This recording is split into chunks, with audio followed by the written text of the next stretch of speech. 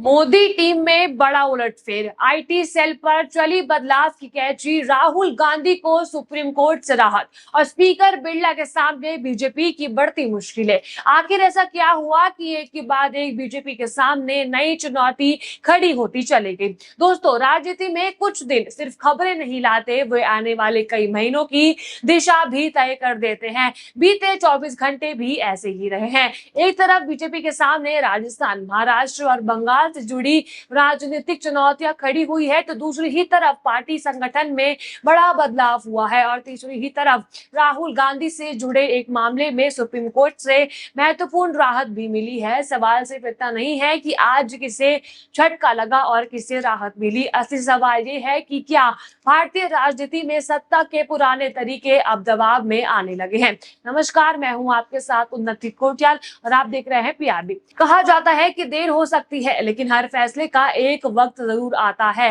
राजनीति में भी यही नियम काम करता है। 2024 के लोकसभा चुनाव ने बीजेपी को पूर्ण बहुमत के पुराने आंकड़े से नीचे लाकर सत्ता चलाने की नई मजबूरी दिखाई दी है। अब 2026 में सवाल उठ रहा है कि क्या उस बदलाव की अगली परत सामने आने लगी है। क्या संगठन, नैरेटिव और राजनीतिक रणनीति के स्तर पर बीजेपी को अपने तौर तरीके बदलने पड़ सकते हैं। आज की रिपोर्ट में 3 बड़े संकेत हैं। पहला, बीजेपी के संगठन और बीजेपी आईटी तंत्र में बदलाव। दूसरा है अलग अलग राज्यों में विपक्ष और सत्ताधारी दलों के बीच बढ़ता राजनीतिक दबाव। और तीसरा, राहुल गांधी से जुड़े आय से अधिक संपत्ति के मामले में सुप्रीम कोर्ट की कार्रवाई। इन तीनों को जोड़कर देखेंगे तो तस्वीर कहीं ज्यादा दिलचस्प दिखाई देती है। सबसे पहले हम बात करते हैं बीजेपी के संगठनात्मक बदलाव की। देखिए, पार्टी ने अपने आईटी और सोशल मीडिया ढांचे में फेरबदल कर दिया है। इसी बीच हेडलाइन सामने आ रही है। हेडलाइन देख लीजिए, BJP IT cell head Amit Malviya का पत्ता कटा, दीपक बने सोशल मीडिया संयोजक। वहीं दूसरी हेडलाइन है, पिछले 11 सालों में अमित मालवीय से छीनी बीजेपी आईटी सेल की कमान, जाने पद से हटने के बाद पहली बार क्या बोले। लंबे समय से अमित मालवीय बीजेपी के डिजिटल और आईटी तंत्र का प्रमुख चेहरा रहे हैं। अब उनकी जगह नई जिम्मेदारी और नए चेहरे की बात सामने आई है। छत्तीसगढ़ से जुड़े दीपक महस्के की आईटी सेल की कमान दी जाने की जानकारी सामने आई है।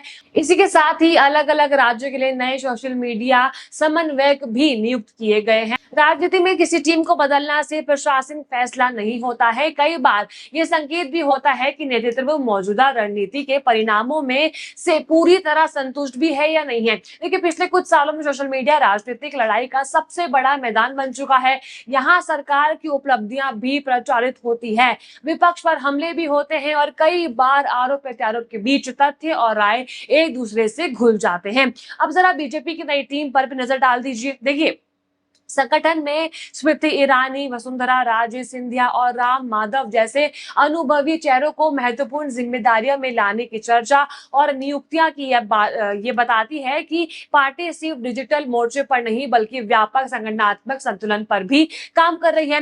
पीयूष गोयल को राष्ट्रीय कोषाध्यक्ष की जिम्मेदारी दी गई है और संबित पात्रा को पूर्वोत्तर से जुड़ी समन्वयकारी भूमिका यहाँ पर मिली है। वहीं जैसे ही ये खबर सामने आई कि सोशल मीडिया पर चर्चा तेज हो चुकी है कि क्या बीजेपी कमजोर हो गई है और जो पार्टी को अपना आईटी सेल की बदलना ही पड़ा। क्या इतनी ज्यादा कमजोर हो चुकी है बीजेपी। अब आते हैं दूसरे बड़े मुद्दे पर, यानी अलग अलग राज्यों में बढ़ता राजनीतिक दबाव। देखिए, राजस्थान, महाराष्ट्र और बंगाल में राजनीतिक समीकरण लगातार चर्चा में है।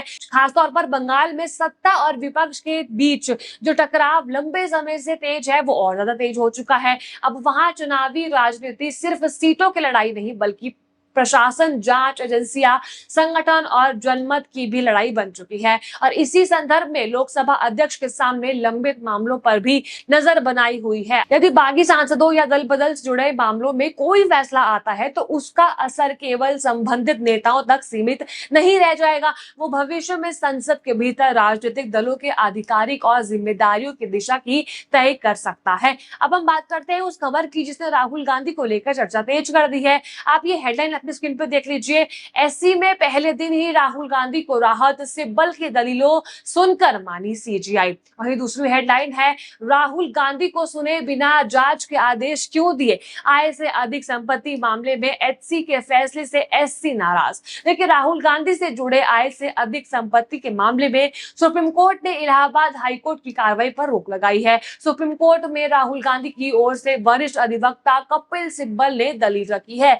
Chief justice of India Suryakant ने हाई कोर्ट को इस मामले की कार्रवाई फिलहाल स्थगित करने का निर्देश दिया है। साथ ही ईडी और सीबीआई की भी वहां रिपोर्ट जमा करने को जो कहा गया था, उससे भी रोक लगा दी गई है। ये निर्देश देते हुए chief justice of India Suryakant ने नेचुरल जस्टिस का जिक्र किया है और कहा कि राहुल गांधी को सुने बिना हाईकोर्ट ने जांच के आदेश कैसे दे दिए हैं। यहाँ से राजनीतिक बहस फिर शुरू हो जाती है। विपक्ष अक्सर आरोप लगाता रहा है कि जांच एजेंसियों का इस्तेमाल राजनीतिक दबाव बनाने के लिए किया जाता है और सरकार को सत्तारूढ़ दल आमतौर पर इन आरोपों से इनकार करते हैं और कहते हैं कि एजेंसियां कानून के अनुसार काम करती है। अब राहुल गांधी के मामले में सुप्रीम कोर्ट को यह राहत निश्चित रूप से उनके लिए राजनीतिक और कानूनी रूप से महत्वपूर्ण है।